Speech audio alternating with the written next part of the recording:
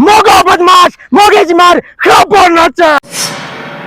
video video जान video घर में कोई बाहर रोंदो आ मां उनके चोंदी आ बचड़ा चुप करे वन किथे मोगो बदमाश आयो तो तोखे चंपा अरे तू अंधो आई छा अंधो हूं ते तू पंहिंजी जान प्यारी कोन थी जा मुंहिंजे साम्हूं ईअं ॻाल्हाए थो तू आई केर मूंखे न त सुञाणे मां तुंहिंजो मशहूर बदमाश कालू बदमाश आहियां कालू बदमाश अरे हे थी बा कालू बदमाश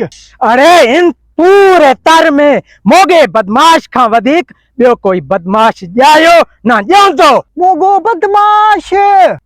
बदमाश जो कल कलो को ॼायल बदमाश आ कालू जेके वण साड़िया उहे सवा थिया ई कोन ऐं थींदा बि कोन नवे लेखे मूंसां टकरायो आई ज़बान हेठ करे गिलाए अज तो साद टक्कर थुन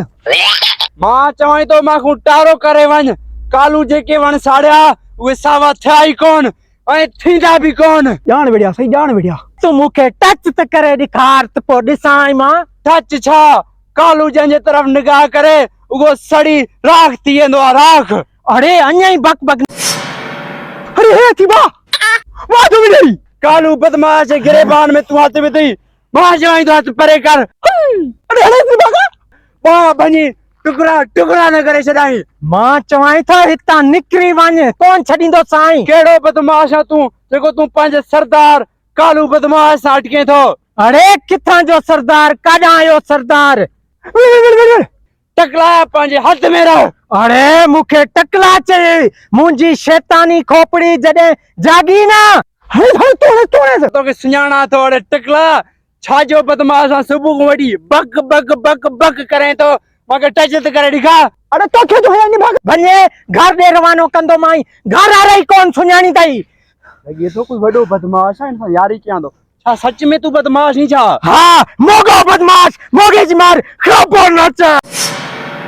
वीडियो जान वीडियो अरे मोगा बदमाश है मां मना तो तू बदमाश आहीं लेकिन मां भी एक नओं बदमाश थियो आ कालू बदमाश मूंखे भी पंहिंजो शागिर्द बणा ऐं बदमाशी सिखा अच्छा तो कोई आ गाला पेला बक्की हाना नि भागा तुझी वई छा मुंहिंजी बदमाशी को मां जो नया तोखे उस्तादी ॾियां थो ॿई गॾ हलदासे ये टाइम ॾींदे मूंखे मां तुंहिंजो शागिर्द आ पाण गॾिजी करे ते बदमाशी कंदासीं पूरो इलाइक़ो पंहिंजो थींदो अकुर पाए विदऊं थिक ते वेनी निभागा कंहिं जा मां सब्जी वठण वयुमि पे थिक ते इन खुदा जी कसम बदमाशी कपो वञी ॿुॾी मरो बदमाश थियो सब बदमाश थियो अरे तेरी यारी रखणी वे भाकुर पाणे में मुखकारो मलजे में विड़िया छो वे